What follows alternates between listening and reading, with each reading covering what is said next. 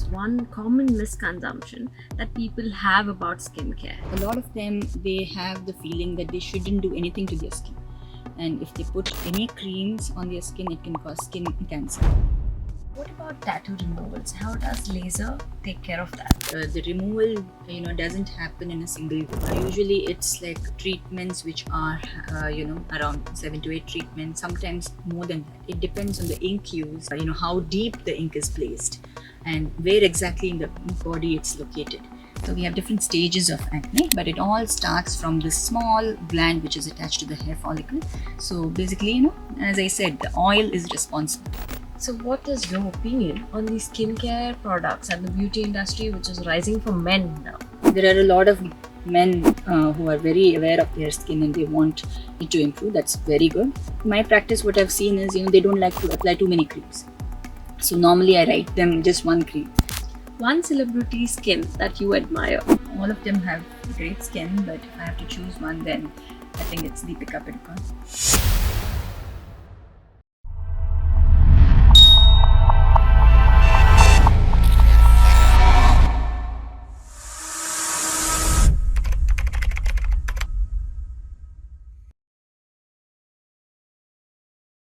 Welcoming you all to the Poster Show, our today's podcast where science meets self care. Our guest, Dr. Vindhya Pai, who is a board certified dermatologist, is going to debunk beauty myths from self care to skincare routines, acne, and lasers. Whether you are a skincare junkie or somebody who loves to take care of your skin, you're at the right place. Let's get glowing.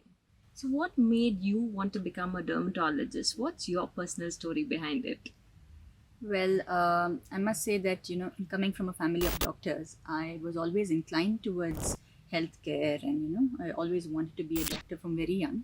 And when I stepped into my undergrad MBBS, I realized that, as I was finishing my MBBS medicine, I realized that dermatology has so much of, versatility. There is clinical dermatology on one hand, there's pediatric dermatology, there's dermatosurgery, and there's aesthetic dermatology. So there's a lot of things we can actually do in dermatology. And dermatology is one field where so many of the diseases actually have a skin manifestation. So there's so much to learn even from other fields. Like we have a subject called psychodermatology, where psychiatric disorders and dermatology are hand in hand. So it was very interesting, and that's how I became a dermatologist, I can say. So, is there a thing called as normal skin? So I must say that when we see at a skin, we look at the tone, texture, and volume of a skin. So when we say the skin tone, it means that whether you have any blemishes or not, whether the skin is even or not. So that's the tone. And when we say about skin texture, it means the surface regularity, which means if you have any acne scars or any other scars because of any trauma, so the surface, it becomes irregular. So that's called uneven skin texture. And then comes the skin volume, which means that if you're when you're young, you have high cheekbones, you have that chin and all that. It's called the triangle of youth. Whereas as you become aged, because of the bones getting atrophied and the ligaments getting lax, all the supporting structures start sagging down, and you have the square of the aged, which means you get the jowls, you get all the nasolabial lines and all that. So if I have to say a normal skin, it will be that which has a even tone, texture, and volume in terms of aesthetic dermatology. Now, if I talk about clinical dermatology, then there's so many other things, which, if you are allergic skin type, you don't have a skin barrier, you have all the allergens and irritants entering your skin, so that becomes an uneven skin there. So yes, in different subspecialties of dermatologies, we can actually say what is normal and what is subnormal. So, what is one common misconception that people have about skincare? So I must say that a lot of them, they have the feeling that they shouldn't do anything to their skin, and if they put any creams on their skin, it can cause skin cancer. So, and that actually harms their skin if they do not take care of their skin over time, because every day you're exposed to so much of allergens, irritants in the environment, sun especially, and plus you yourself have so much of stress and all that, that can actually damage your skin in the long run. So if you do not put any skin creams, I would say that slowly by slowly your skin can get weak. So it's important that you follow a skincare routine. So, when it comes to a skincare routine, which are some of the non negotiables in that routine?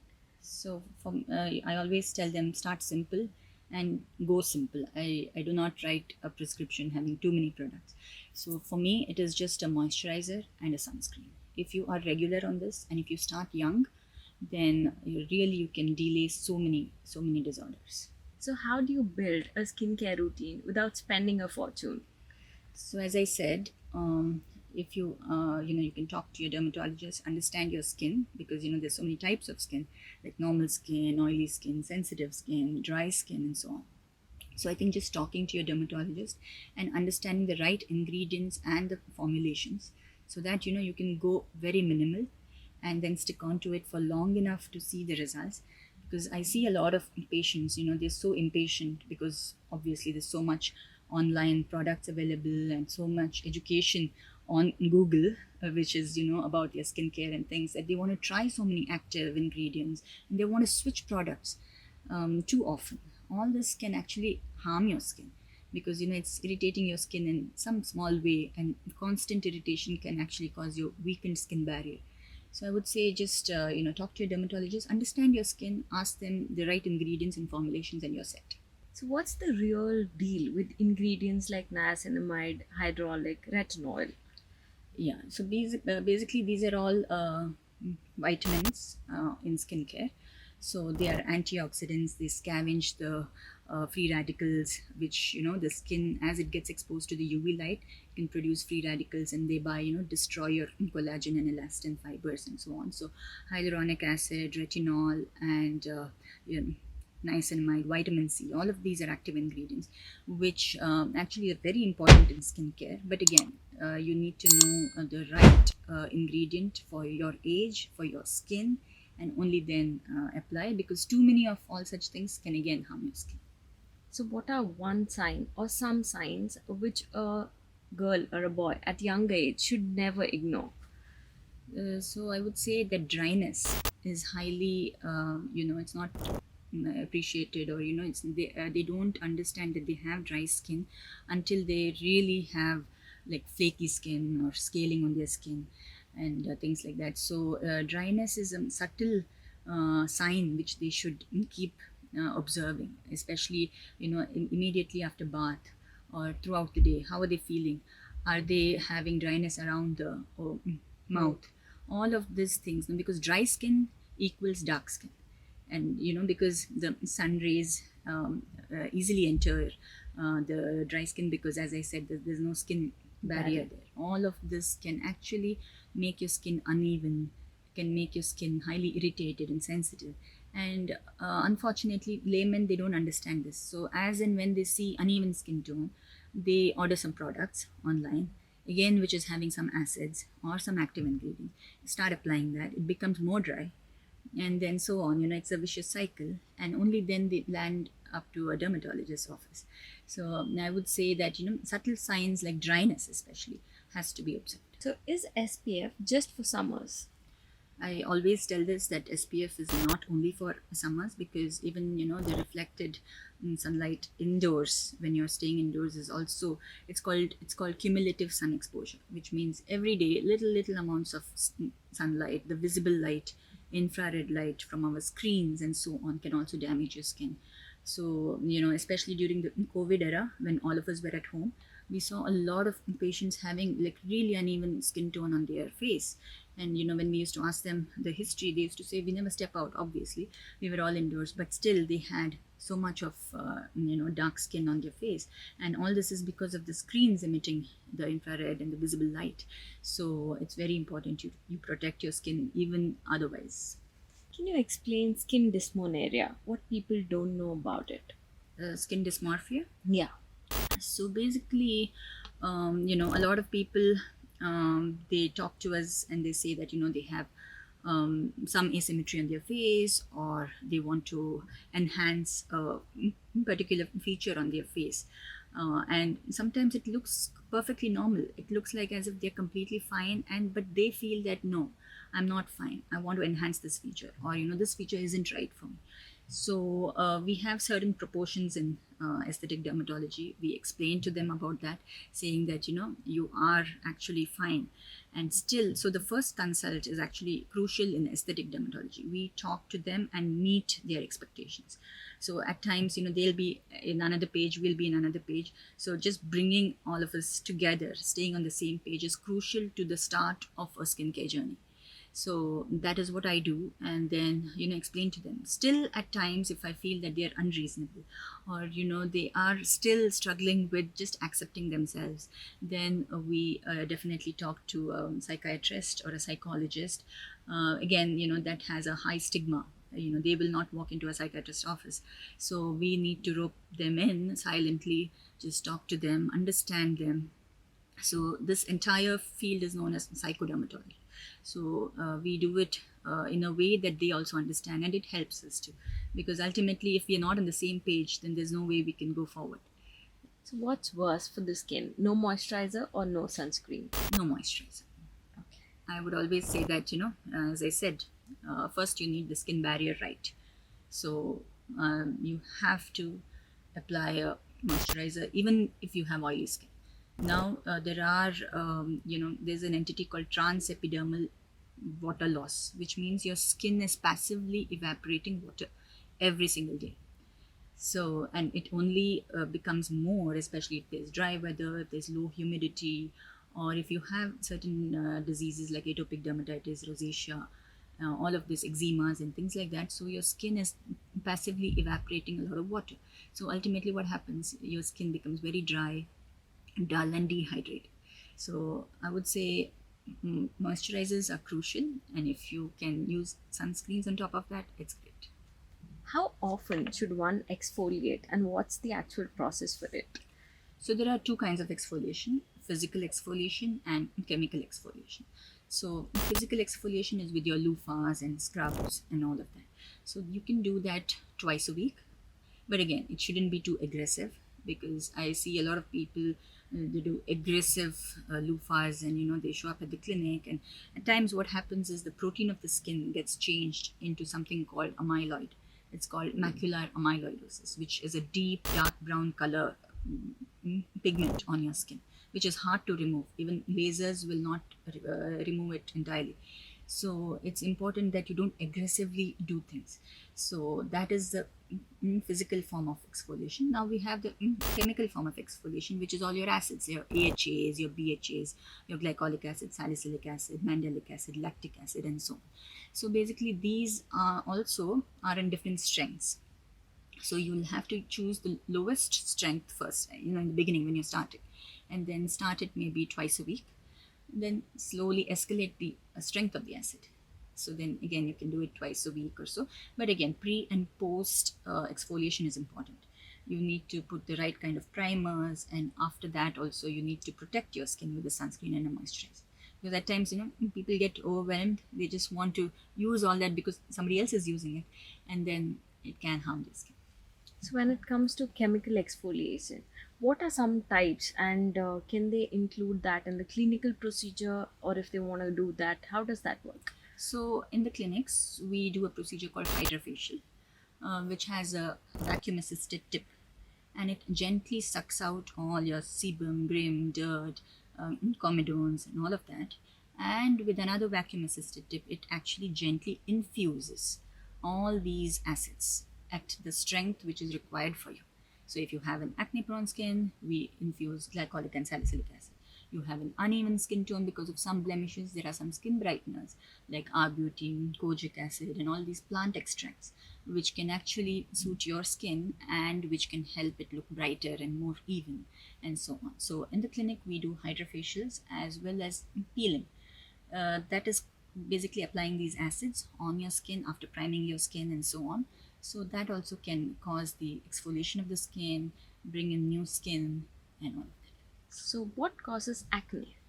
So acne is one of the most common disorders that I see in my practice.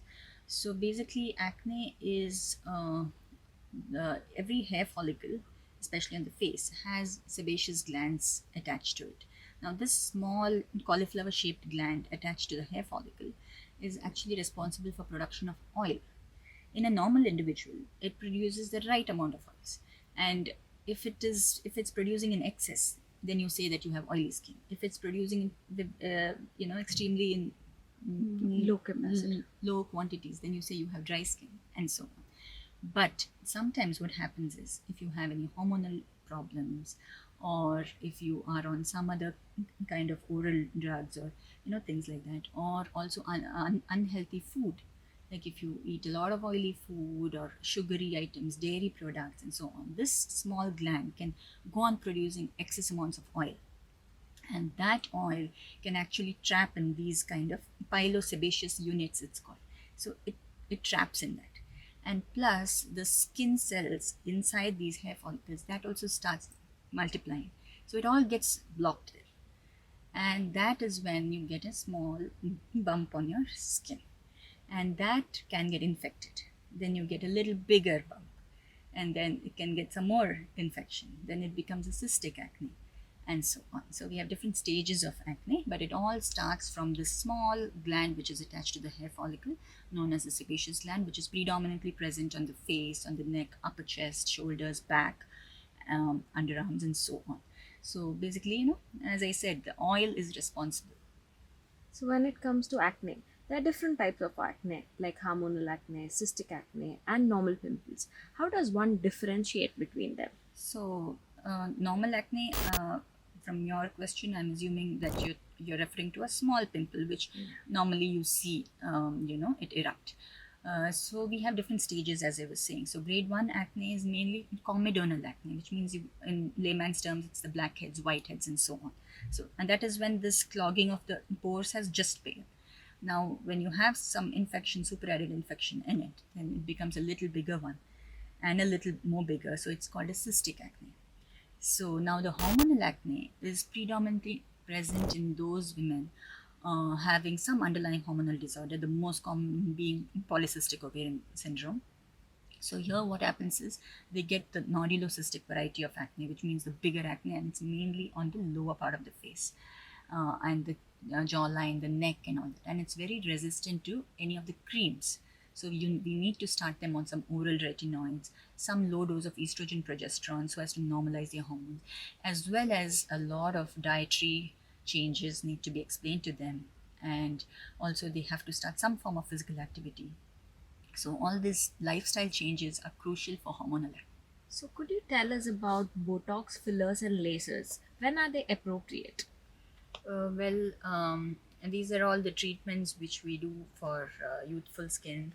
And so Botox is basically, neurotoxins which we inject to relax muscle, and thereby, minimize the wrinkles.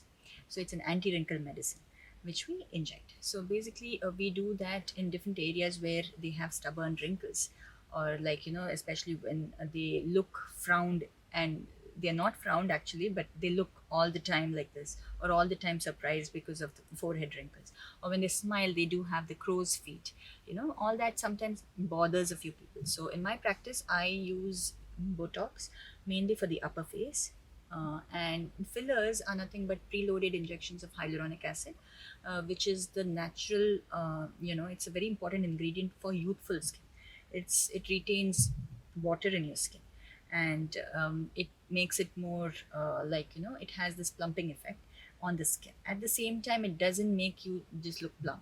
There are techniques where you can slim a fat face, or you can a very very slim face, you can slightly plump it up also. So this is how we do. So in the lower face as well as in the cheek, and and the eye area, we do the fillers, whereas in the upper face I do more of these neurotoxins and Botox and so on. So in this way, these are all anti-aging procedures which we follow. At the same time, some of them are, they don't want any minimally invasive procedures. They're very wary of injections and so on. So that's when we offer them these energy based devices, or lasers. So basically, there are different kinds of lasers now. We have lasers for hair reduction, for scars, for an even tone, for skin laxity, for skin lifting, and so on. So these are all non-invasive ways in which we can restore your youthful skin, or we can erase the wrinkles, we can give you an even tone, or even texture, and so on. But at the same time, if you use it in combination, you can actually provide the ideal result. Right. And when it comes to laser removal, as we see girls with PCOS having facial hair, how does one work around the procedure for the facial removal? Facial Facial hair hair removal. removal. So basically, what we do is, it's usually sometimes it's a underlying hormonal disorder. So we ask history, we understand what exactly has gone wrong there, and then we advise them about certain dietary changes and all those lifestyle issues which they need to correct. And we also ask them to do a few blood tests wherein we can identify what exactly they're undergoing. Is it any hormonal problem they're having, or is it a familial thing? Because at times, if it runs in the family, the hirsutism, or the extra unwanted hair on the face, then it can run in families. So we ask them for all that history. Sometimes we do refer them to an obstetrician, or else to an endocrinologist also, if we feel that there is a bigger problem which needs to be sorted out.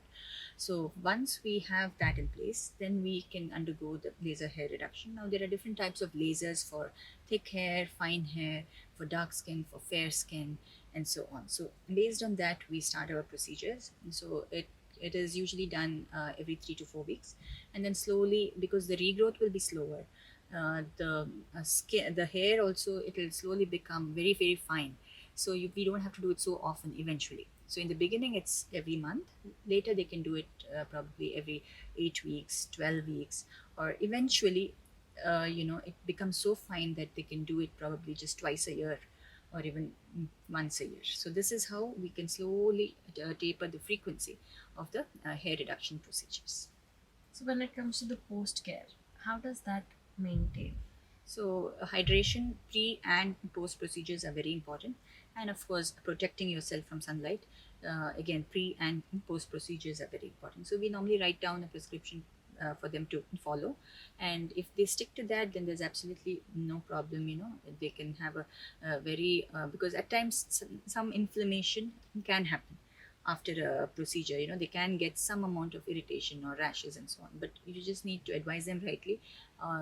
Also, some amount of anti-inflammatory creams can be given along with the moisturizer and sunscreens, and they'll be fine. What about tattoo removals? How does laser take care of that? Yeah, tattoos are something which they will regret it at times after they have it on them. So we need to explain to them that the removal doesn't happen in a single go. Usually it's like treatments which are around 7 to 8 treatments, sometimes more than that. It depends on the ink used, the how deep the ink is placed, and where exactly in the body it's located.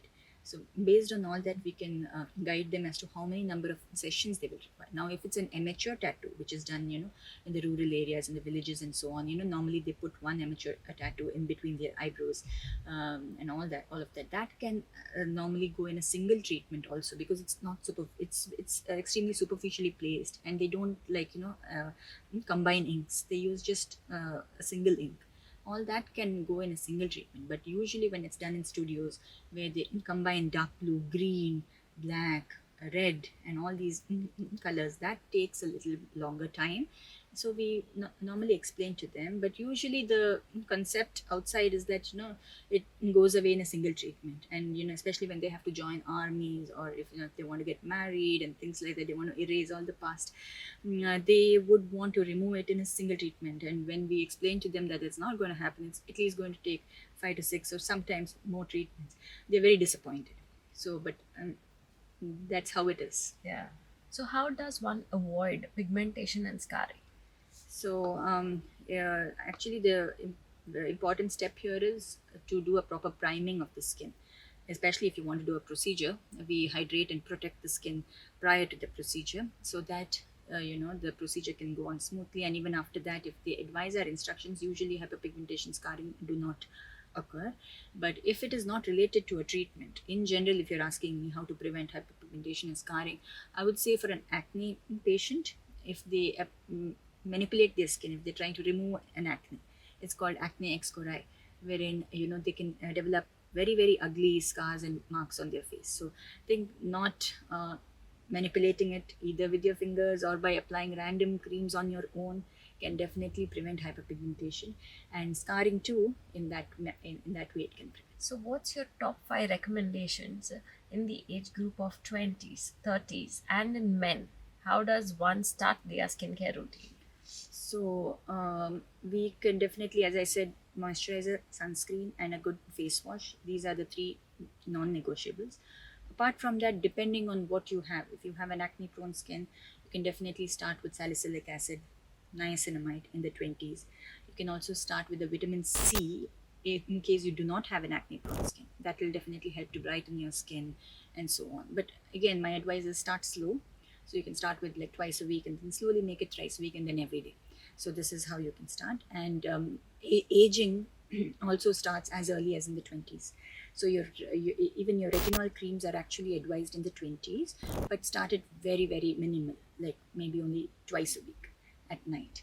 But again, these actives need to be discussed with your doctor and exactly understood on how we can start and how not to rotate it too often, and how to stick on to it for at least 3 months and then change. So these are the things in the 20s. In 30s, you can escalate this frequency, like you can make it thrice a week or 4 times a week. And then after that, definitely you need to do it every single day.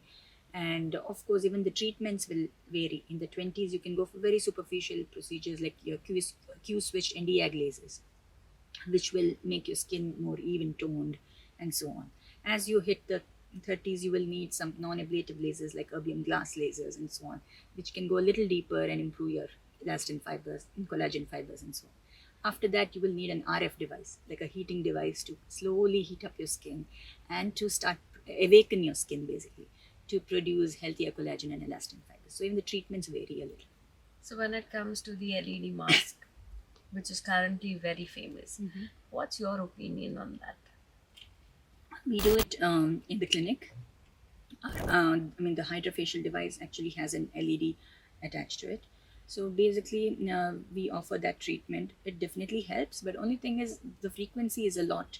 Like you need to be present in the clinic at least twice a week, and for a good number of maybe 8 to 10 treatments. So if you can do that, then definitely it can promote, your overall skin health, can improve your skin health, the glow, and it also helps rosacea. It helps to minimize skin sensitivity.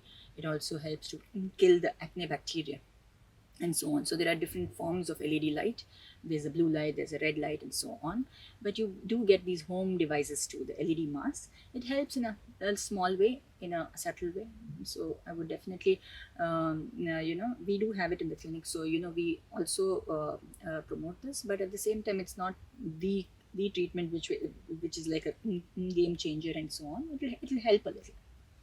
So, what is your opinion on the skincare products and the beauty industry, which is rising for men now? Yeah. There are a lot of men who are very aware of their skin and they want it to improve. That's very good. I feel it should be equal between both men and women. But yes, from my practice, what I've seen is they don't like to apply too many creams. So normally I write them just one cream.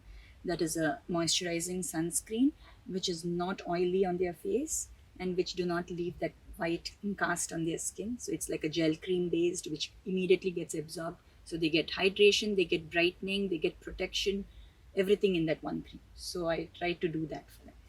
So, when we talk about the skincare for men, what are the ingredients that they should look for in their skincare? So I would say that because a lot of men have beard and so on, seborrheic dermatitis is very common in them. So they can look for ingredients having ketoconazole, and these are the ingredients in their shampoos they have to look for. Or a lot of them have very oily skin, so they can look for salicylic acid in their face washes, and they can look for a gel cream based sunscreen, or like a lotion based moisturizer, which is not too oily, but yet it provides the required hydration and so on. So this is what they can do. A lot of them have body acne, and because they go to the gym and so on, they are on all these whey protein or some of these protein supplements which also have a little bit of dairy in them, and because of that also they can have these acne eruptions. So I would say, like, apply the shampoos even on the back, upper chest, and so on, so as to remove all these the bacteria as well as the fungi, the yeast that can grow in them. So yeah, this is the way they can proceed. So, what's your thought on the ice baths, which are trending? So ice baths and a lot of DIYs, which patients do follow. I would say these are all like not permanent, or you can do it as a feel good factor, because definitely you'll see some form of improvement in your skin for a very short period of time. Because of the vasoconstriction, or your blood vessels contract when you are in that much cold ice. So I mean, definitely you will start looking a little more fresher or a little more brighter. But other than that, it can actually be harmful in case your skin barrier is not right. If you have rosacea, sensitive skin, and so on, water itself is an irritant. So that can actually dry up the skin more, and you can actually have a lot of irritant dermatitis. So, in my opinion, again, talk to your dermatologist and find out some long term treatments or skincare regimens rather than following all this. So, is there a dark side to the beauty industry which people often don't talk about? So I would definitely say fairness. That's some of one of the things that is highly talked about, and plus everyone wants to look fair, wants to be fair, and so on.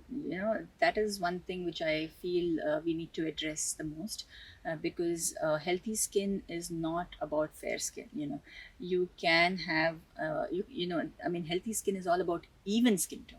So even if you're a little dark, you need to have the dusky kind of even skin tone, but not just use fairness creams, because fairness creams, a few of them have a thing called steroid hydroquinone in them, which is all like, you if you use it for long term, even for like beyond 3 weeks or 4 weeks, you can definitely have your skin become very thin, your blood vessels eventually get seen from underneath. It becomes so red, they can't even step out in the sun because they immediately turn red after using all these creams. And also they start developing hair on their face because of the steroid abuse. So I would say fairness is one of the things that people definitely look forward to. They want that, and then they end up using all the over the counter products, a few of them having these dangerous ingredients, and if used long term or even short term, you can say like even beyond 15 to 20 days, can at times develop a lot of skin rashes and irritation. So this is very important for us to address. Yeah. So, how does stress contribute to the skin? Stress, definitely, it's like a fire in every disorder. So definitely stress, because it releases cortisol hormones, which are nothing but the steroid hormones, and that definitely plays a role with your skin inflammation, excess oil production, weakened skin barrier, and a lot of other disorders which are otherwise silent can just flare up because of stress. And when I say stress, it not only means emotional stress, even in physical stress. If you're not having enough sleep because of your work schedules, if you're working at night and you're not sleeping enough in the day, that whole circadian rhythm can go upset. And that also releases a lot of cortisol hormones. So, what role does sleep, hormone, and gut health play in taking care of the skin? So again, these are all the highly ignored part of our routine.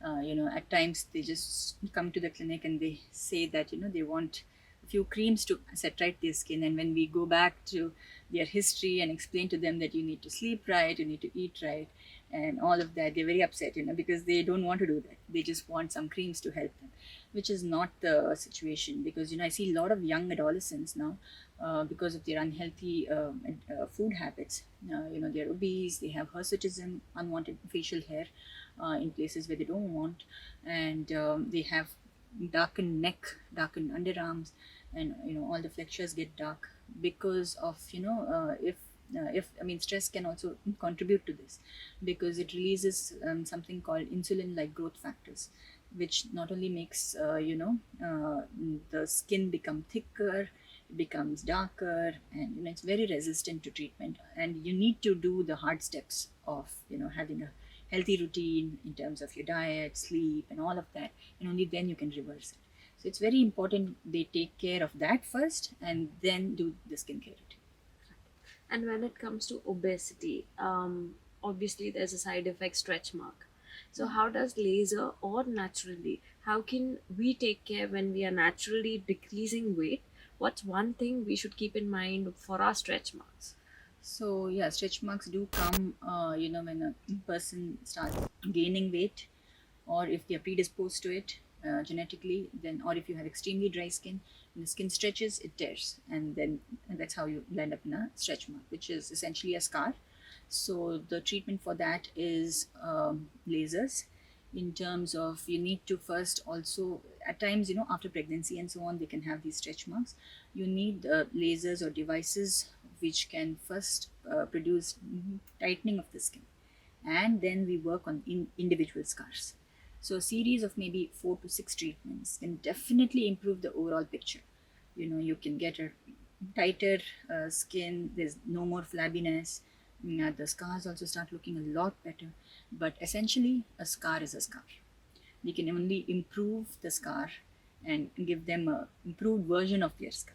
So that is something I talk to them, because they shouldn't be under the thing that assumption that it's going to go away 100%. So it's like a cloth. You cut a cloth, but how well you cut it and how well you stitch it, also you will understand that that was torn, right? So similarly, skin is also like that. So we can definitely improve it to a great extent. So we have RF devices. I said it's a heating device which will set right the flabby skin, will give them a firm skin tone and skin there, and plus the individual scars can be addressed with either MNRF, that is a microneedling RF, or the erbium glass lasers, and you'll see that the scars look much better. So, when it comes to laser treatment for fat reduction, how does that actually work and is it reversible again? Yeah, so this is something I recently started at our clinic. So this is, there are different forms of fat now. There's something called pinchable fat, there's non-pinchable fat, there's something called visceral fat, subcutaneous fat, and so on. So basically, we do a body analysis. We understand actually how much is their BMI, how much visceral fat is there, subcutaneous fat, all of that, and then we advise them. So we have different lasers, those which can just melt your fat because of the heat that it produces, and then it gets excreted in your own lymphatic channels. So that sort of lasers are the devices are there. Plus there are other devices which can tone the flabby muscles in your skin also. So all the layers of fat, the skin will be attacked, from the deep fat, the visceral fat, to your skin layers, to the subcutaneous fat. All of that, when it gets attacked by the devices in the most safest way possible, without any downtime, without any pain, in a series of maybe 6 treatments, you will see that your tone and your skin tone, in terms of the muscles, also start looking toned, and overall you can see a 4-inch loss of the overall. But yes, it's not a weight loss program. I do not endorse it as something that it's a substitute for diet and exercise. You have to do your diet and exercise, but this is like an accelerator, because at times, especially if you have the deep fat, stubborn fat, even if you do years of exercise, you may not lose as much, and then you will be demotivated, then you stop doing exercises and so on. Yes, so all this can help accelerate the process. So, what are the secrets for young skin? How should one take care of their skin, and at what age should they start applying all the products? So I would say, as young as, when you're a child, when a child starts playing outside, which is essentially at the age of maybe 2 years, or even after 6 months old, they have to put at least a basic moisturizer, and especially sunscreens is after the age of 6 months. But moisturizers is something they can start at birth itself, and then go on that, because this is very important. As I said, protection and hydration of your skin is crucial for young skin. Then as they become adolescents, because of the hormonal changes they undergo, they definitely develop the oily skin and acne breakouts and all that. So then they can start with safer ingredients like salicylic acid, niacinamide, and all of that to improve their skin. And laser procedures, because some of them have a lot of hair growth, on the body which they want to get it removed, and they lose their self-esteem also at that age. So yes, we do hair reduction treatments as early as maybe 12 years, and then we go on that path. But secret to a young skin is definitely hydration of your skin with the right kind of moisturizers and protection with the right kind of sunscreen. So, what are some of the top three sunscreens that you would recommend? So unfortunately, I can't take the brands here, but I would say mineral sunscreen having a zinc oxide, titanium dioxide in a good formulation is one of the best sunscreens one can apply. Other than that, we have broad spectrum sunscreens, which are not only protecting against the UVA rays, against the UVB rays, the visible rays, the infrared rays, and so on. So that is also one of the highly recommended sunscreens. If a person wants to start off with a simple sunscreen, they don't want to apply too many creams, even a simple calamine lotion is actually a sunscreen. It can protect you against the sun rays. So, have you come across any patient who has self diagnosed themselves via Google or TikTok and has gone completely wrong? All the time, actually. So some of them, they come with bags of products. They don't want a prescription. They will just display the products on your table, and they'll say, doctor, help me choose the right kind of product. And some of these products, they have spent a fortune on them, all from like abroad, and like very very good brands. But unfortunately, their skin type or their skin doesn't match these products. So we will have to ask them to stop these products and start with some really really basic products which do not have fragrance, or the cream formulation, which is, or the balm based cleansers and so on, only to hydrate their skin and so on. So and that's why I would like, yes, I know, I understand it's a feel good factor, they want to go in for the brands, they want to use all that, but just stepping out, talking to your dermatologist, understanding your own skin, and then choosing the right ingredients and products becomes crucial. What's one skincare myth that drives you crazy? That not a, that sorry, that applying sunscreens can cause cancer, or that lasers can cause cancer. Could you tell us a minimalistic skincare routine for normal skincare type? So I would say a balm based cleanser, a cream based moisturizer, and a gel based sunscreen. So let's play a fact and a cap session where we'll tell the trends and know the truth from ma'am. Let's get started. Apply toothpaste on pimples. That's a cap. um, Toothpaste is for your teeth and not your skin. It's a highly irritant substance that can really cause an irritation on your acne rather than treat it. So microneedling. Is it actually helping or making things worse for the skin? Microneedling is one of my favorite procedures. It does wonders for your skin. And we have different forms of microneedling. The one with the heat energy dispersed, that is called the MNRF, and the plain microneedling. Sunscreen indoors. It's a fact. We need to apply sunscreens indoors, as I said, because of all the spectrum of the UV light, which can actually enter your houses, your workplaces, it emits from your screens and so on. You need to apply sunscreens. Drinking chlorophyll for clear skin.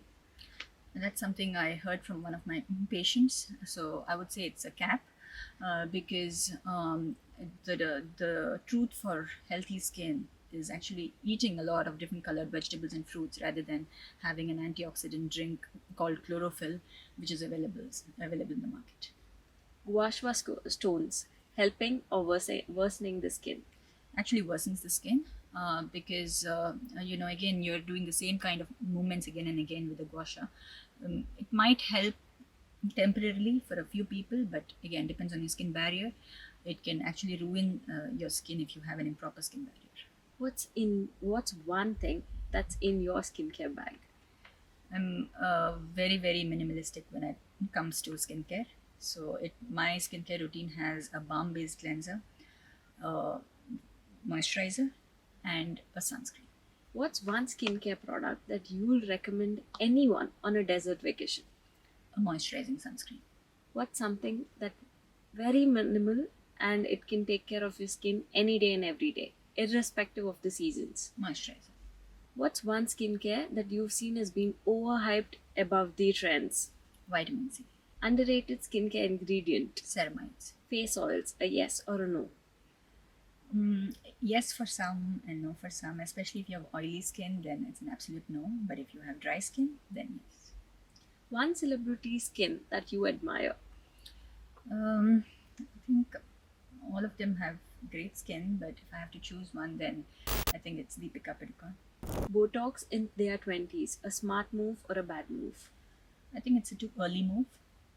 So, what's your message for the youngsters who want to start their skin routine and not choose the trends which are going?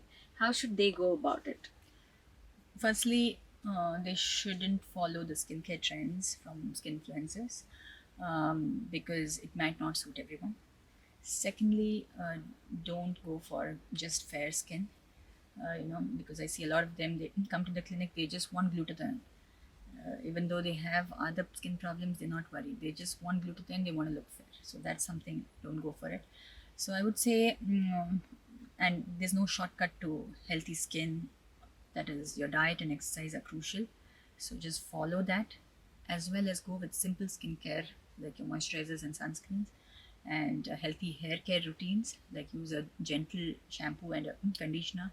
Dry your hair completely after showering it. All of that makes skincare routine very easy, and you can stick onto it for long and enjoy the benefits. Thank you. I hope you all enjoyed today's podcast. Until next time, take care and bye bye.